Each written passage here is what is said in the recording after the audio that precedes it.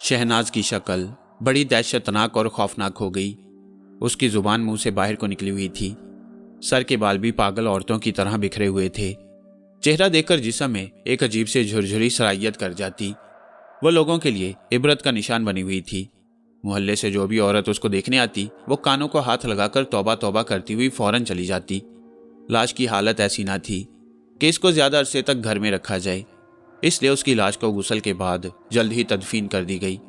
मोहल्ले में पूरे हफ्ते हर घर और रिश्तेदारों में शहनाज का तज़किरा होता रहा। जिसकी जुबान शहनाज के सामने नहीं खुलती थी, अब उसकी जुबान कैंची की तरह चल रही थी। कहने वाले कहते हैं जो शख्स जाए उसके बाद उसकी बुराइयां ना की जाएं, लेकिन मोहल्ले की औरतों को शहनाज के खिलाफ बोलने की आज़ादी ही अभी मिली थी, इसलिए वो जी भर कर शहनाज की बुराइयां कर रही थीं। ऐसा करने से उन्हें बड़ी खुशी और राहत महसूस हो रही थी।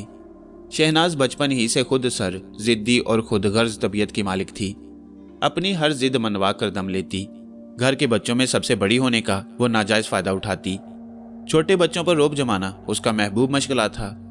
शहनाज एक गरीब घराने में पैदा हुई थी, लेकिन वो ख्वाब अमीरों के देखती। स्कूल में भी अपनी दोस्त उस लड़की को मनाती जिसके बारे में उसे इल्म हो जाता कि वो अमीर घराने से ताल्लुक रखती है। शहनाज का वालिद अमीरुद्दीन एक निखट्टू शख्स था। एक दिन कमाता, 4 दिन बैठकर खाता। उसकी माँ गौरी मेहनत मजदूरी करके घर चलाती थी। आए दिन की बढ़ती महंगाई ने घर का चूल्हा जलाना मुश्किल कर दिया। मैं कहती हूँ मुझसे ये घर अब नहीं चलता, सीधी तरह से कमा कर लाओ या अपने बच्चों को खुद संभालो। मैं चली अपने माँ बाप के घर। एक दिन गौरी ने हिम्मत करके शौहर से कह दिया, मैं नहीं कमाता तो तेरा बाप कमा कर लाता है। वो गुस्से से बोला, ऐसे कमाने का क्या फायदा जिससे बच्चों का पेट तक नहीं भरता। मेरे बाप का दिया हुआ जहेज भी तुमने औने पौने दामों फरोख्त कर दिया। मुझे भी मेहनत मजदूरी करना पड़ती है। गौरी ने जले भुने अल्फाज में खरी खरी सुनाई। बकवास मत करो वरना तेरा मुंह तोड़ दूंगा, अमीरुद्दीन चीखा। सच्ची बात हमेशा कड़वी लगती है जब इतना गुस्सा दिखा रही हो। जुबान बंद करती है या तुझे बताऊं, अमीरुद्दीन तैश में बोला। ये जुबान अब बंद नहीं होगी, मुझसे अब बर्दाश्त नहीं होता। बच्चे अब छोटे नहीं रहे, खाने को और अपनी ज़रूरतों के लिए जिद करते हैं, मैं कहाँ से पूरा करूं। गौरी ने भी चीख कर जवाब दिया। अमीरुद्दीन ने गुस्से से आंखें निकालते हुए गौरी को देखा और फिर पैर से जूता निकालकर पिटाई शुरू कर दी। जब वो खूब मार चुका तो घर से बाहर निकल गया। शहनाज दूर खड़ी ये मंजर देखती रही। अमीरुद्दीन का गौरी पर हाथ क्या उठा। अब आए दिन वो उसको मार मार कर रुई की तरह धुनक देता। बाप के जाने पर दोनों माँ बेटी खूब मिलकर रोते हुए अपने नसीबों को कोसती रहती। अमीरुद्दीन रात गए घर को लौटता। शहनाज उस वक्त तक सो चुकी होती। सुबह जब वो बेदार होती तो उसका बाप काम पर जा चुका होता। माँ घर के कामों में मसरूफ दिखाई देती। उसके उठने पर वो उसको प्यार करती और नाश्ता निकाल कर देती। शहनाज बाप के डर के मारे माँ से कुछ ना पूछती कि फिर रात को क्या हुआ। महंगाई के साथ साथ गौरी की पिटाई में भी इजाफा हो गया। कभी सर और हाथ पर चोट लग जाती, जिसकी कई दिन तक मरहम पट्टी चलती रहती। एक दिन गौरी ने सुना कि फलां औरत पर किसी जलाली बाबा की हाजिरी आती है। हाजिरी के दौरान वो आने वाली औरतों के पैसों पर दम करके देती है। उसके दम करने की बरकत से जिन पैसों में उस पैसे को रख दो, खुद ब खुद उन पैसों में इजाफा ही होता रहता है।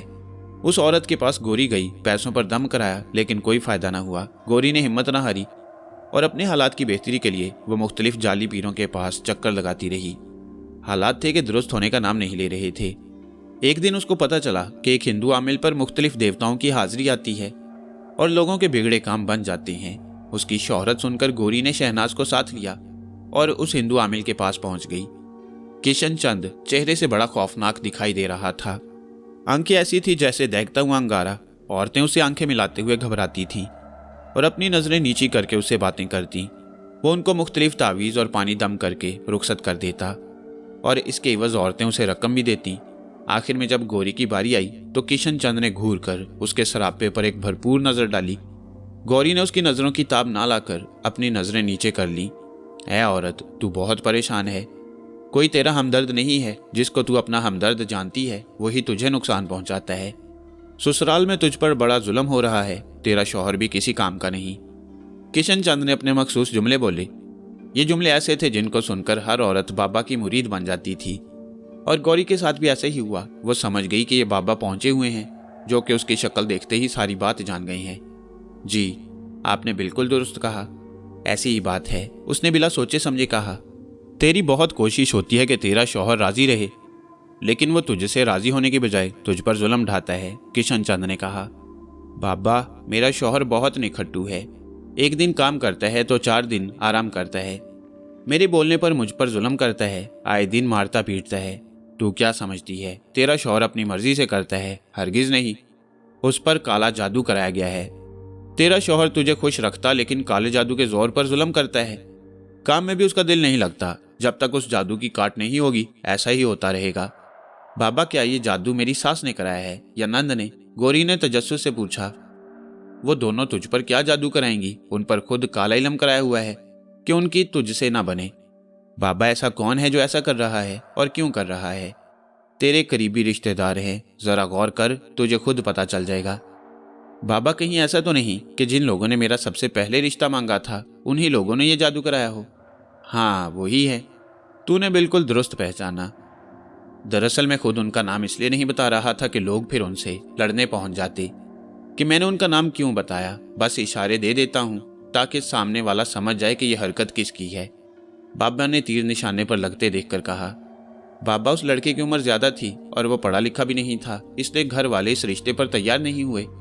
बाबा, आप कहें तो मैं उनको खरी खरी सुना कर आऊं कि मैंने तुम्हारा क्या बिगाड़ा है जो तुम मुझ पर यह जुल्म कर रहे हो। ऐसा हरगिज ना करना, वरना वो लोग होशियार हो जाएंगे और फिर ऐसा करा देंगे कि घर से तो निकल भी नहीं सकेगी।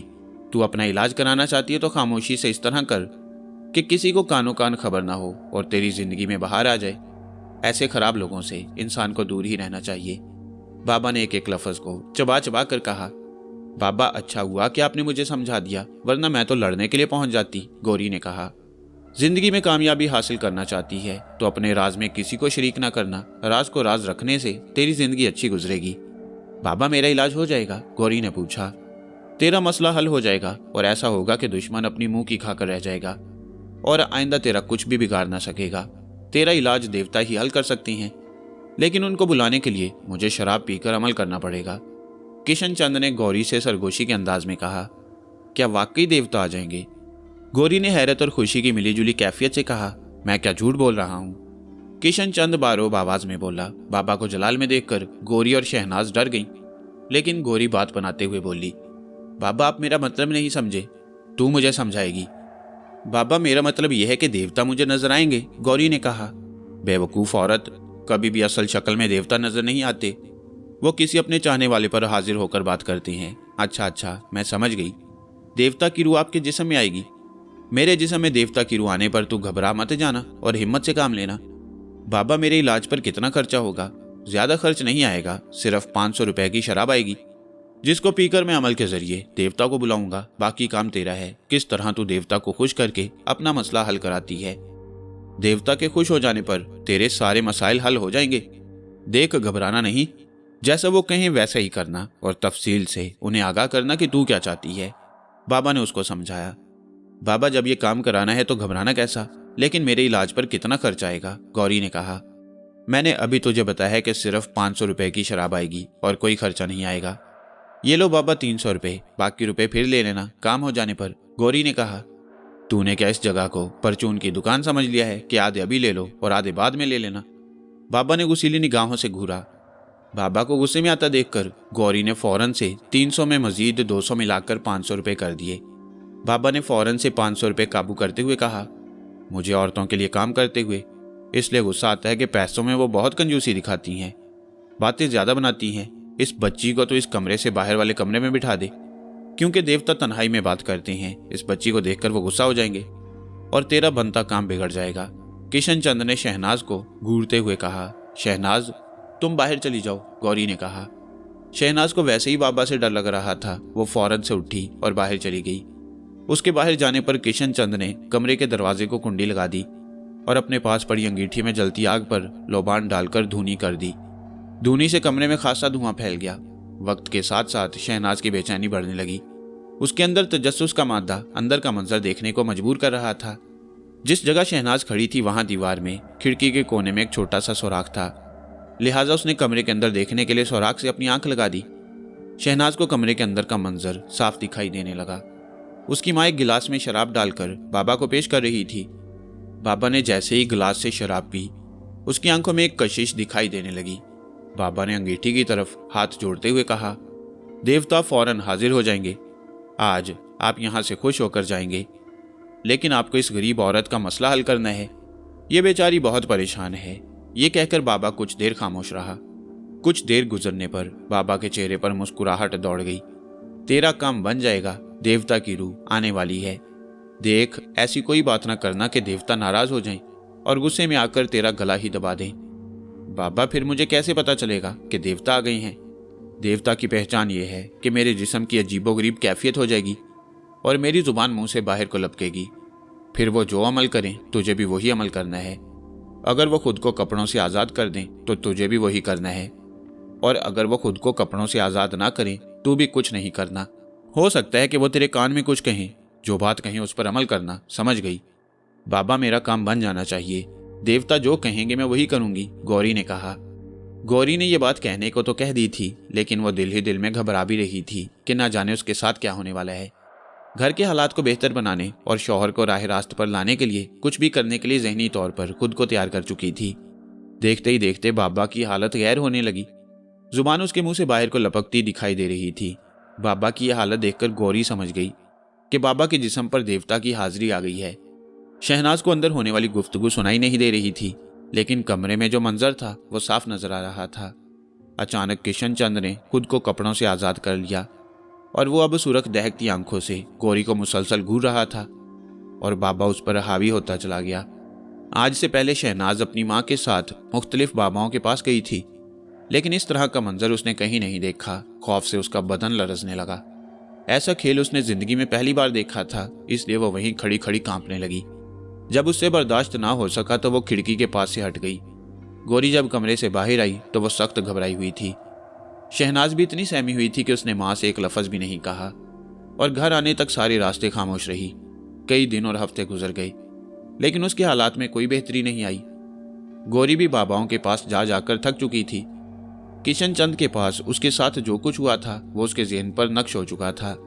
वो इस वाक़ये को जितना भुलाना चाहती थी भुला नहीं पा रही थी। अमीरुद्दीन को एक दौलतमंद बेवा मिल गई थी, जिससे दूसरी शादी करके उसके मज़े ही आ गए। ना कमाने और ना खाने की फिक्र थी। वो अपनी दूसरी बीवी की खिदमत में मसरूफ़ रहने लगा। बेवा को शौहर से ज़्यादा एक बॉडीगार्ड की ज़रूरत थी, जो उसकी जायदाद की निगरानी और उसकी हिफाजत कर सके। अमीरुद्दीन की सेहत ऐसी थी कि लोगों को उसको देखते ही खौफ आ जाता। वो उसका अच्छा बॉडीगार्ड साबित हो रहा था। अपनी पहली बीवी और बच्चों को वो भुला चुका था। कभी कभार उसकी मोहब्बत जोश मारने पर घर का एक चक्कर लगाकर कुछ रकम खर्च के लिए दे जाता। शहनाज ने बचपन ही से एहसास महरूमी में जिंदगी गुजारी थी, लेकिन अब वो जवान हो चुकी थी। वो किसी शॉर्टकट के जरिए अमीर खानदान की बहू बनना चाहती थी।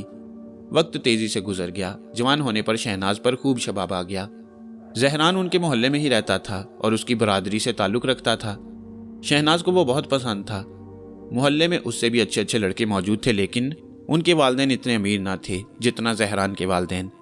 जहरान से शादी होने पर वो ऐश की ज़िंदगी गुजार सकती थी। जहरान 2 बहनों का इकलौता भाई था। सारी दौलत जहरान को ही मिलना थी। अपनी माँ गौरी को शहनाज ने मजबूर किया कि वो उसकी शादी के लिए जहरान के वालिदैन से बात करे।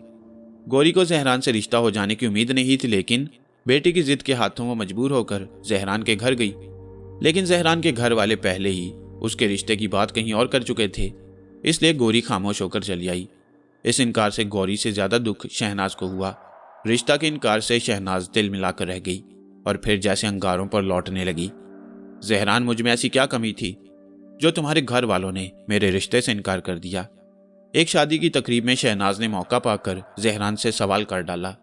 बात कमी की नहीं है, दरअसल मैं बचपन ही से गजाला को पसंद करता हूँ और उससे शादी करना चाहता हूँ, जहरान ने जवाब दिया।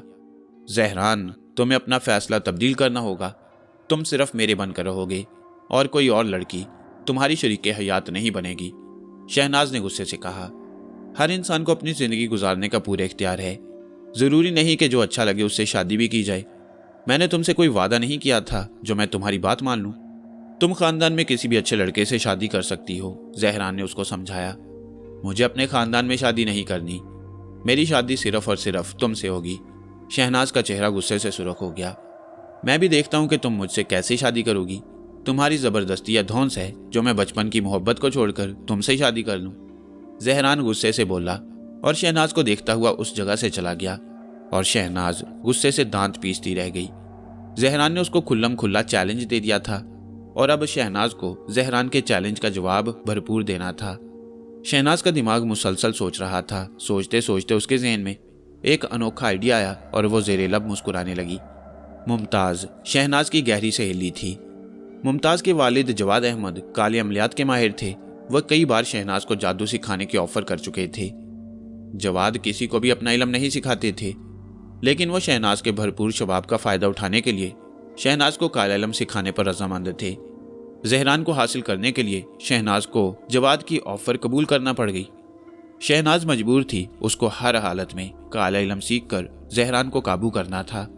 जवाद ने शहनाज को भरपूर मेहनत करके काला इल्म सिखा दिया और काले इल्म की मदद से जहरान शहनाज से शादी करने पर मजबूर हो गया। पूरा मोहल्ला और पूरी बरादरी हैरान थी कि यह सब कैसे हो गया, लेकिन शहनाज ने काले इल्म से जहरान और उसके घर वालों की जुबानें बंद कर दी थी, इसलिए सब खामोश थे। शहनाज को काला इल्म हासिल करने से बहुत फ़ायदा हो गया। इस इल्म से ही उसने छोटे बहन भाइयों को फ़ायदा इस तरह पहुंचाया कि भाइयों को अच्छी नौकरियां दिलवा दी, बहनों के अमीर घरानों में रिश्ते करा दिए। अपनी माँ जिसको ज़िंदगी में ऐश नसीब नहीं हुआ था, लेकिन अब वो सुकून की ज़िंदगी गुजार रही थी। शहनाज ने खुद के बारे में मशहूर कर दिया कि उसके कब्ज़े में जिन्नात और मौक्किल है। लिहाजा मोहल्ले और शहर के मुख्तलिफ इलाकों की औरतों को यह खबर मिलना थी कि उन्होंने अपने मसलों के हल के लिए उसके पास आना शुरू कर दिया। शहनाज औरतों के मसाइल काले इल्म से हल करने लगी। लिहाजा दिन ब दिन परेशान हाल औरतों की तादाद बढ़ने लगी और इस तरह शहनाज बड़ी बड़ी रकमें वसूल करने लगी। वो बहुत खुश थी। अब शहनाज के पास दौलत की रेल पेल थी। शहनाज की एहसास महरूमी अब ख़त्म हो गई। नजरों न्याज के नाम पर खूब पैसे आने लगे। शहनाज ने घर की बैठक में अपना आस्ताना बना लिया। जहरान और उसके वालिदैन की उसने काले इल्म से जुबान बंद कर दी, इसलिए उसको रोक टोक करने वाला कोई नहीं बचा। जो सास अपनी बहू को अपने इशारे पर चलाना चाहती थी, अब वही सास खुद शहनाज के इशारों पर चलने के लिए मजबूर थी। एक दिन शहनाज के पास एक औरत सफ़ी आई। उसकी बेटी रजिया पर एक खतरनाक किस्म का जिन आशिक था जो उसको और उसकी फैमिली को परेशान कर रहा था। रजिया की शादी करीब थी और उसकी माँ चाहती थी कि शादी से पहले जिन उसकी बेटी का पीछा छोड़ दे। वह मुख्तलिफ आमिलों के पास से नाकाम होकर शहनाज के पास आई थी। शहनाज ने अपने काले इल्म और जंतर मंतर से रजिया का इलाज शुरू कर दिया और फिर ऐसा हुआ कि रजिया पर सवार जिन बहुत ज़्यादा बिफर गया। मैं वही जिन हूँ जो रजिया पर आशिक है और रजिया को हासिल करना चाहता है, लेकिन मैंने तुम्हारा क्या बिगाड़ा है जो तुम मुझे तंग कर रही हो, जिन बोला। शहनाज ने जिन से कहा कि तुम रजिया का पीछा छोड़ दो, मैं तुमको कुछ नहीं बोलूंगी। रजिया पर मेरा दिल आ गया है और किसी कीमत पर रजिया को नहीं छोड़ सकता। जिन बारोब लहजे में बोला, तुमने अगर रजिया का पीछा नहीं छोड़ा तो मैं तुमको जलाकर भस्म कर दूंगी। तू मेरे बारे में अच्छी तरह जानती नहीं है। मेरा बहुत बड़ा खानदान है, वो तुझे जिंदा नहीं छोड़ेगा। जिन ने शहनाज को धमकी दी, मैं तुम्हारी धमकियों में आने वाली नहीं हूं। तुम्हें हर हालत में रजिया का पीछा छोड़ना होगा, वरना जल मरने को तैयार हो जाओ। तुझको जो करना है कर ले, रजिया का हरगिज पीछा नहीं छोड़ूंगा। जिन ने कहा, तुम खुद जलकर मरना चाहते हो तो इसमें मेरा कोई कसूर नहीं। शहनाज को गुस्सा आ गया और शहनाज को गुस्से में आता देखकर जिन फौरन गायब हो गया। उस जिन को सबक सिखाने के लिए शहनाज काला इल्म करने में मसरूफ हो गई। इस काम के लिए उसे अच्छी खासी रकम मिल गई। मुआवजा अच्छा मिल जाने पर शहनाज खुश थी। शहनाज को जिन की धमकी याद थी, इसलिए वो रोजाना सोने से कबल कमरे का हिसार करके सोती। इस तरह वो जिन्नात के हमले से महफूज रहती। उसे अपने इल्म पर बड़ा गुरूर हो गया था, इसलिए किसी को खातिर में नहीं लाती थी। एक रात वो शादी की तकरीब से बहुत ताखीर से घर लौटी।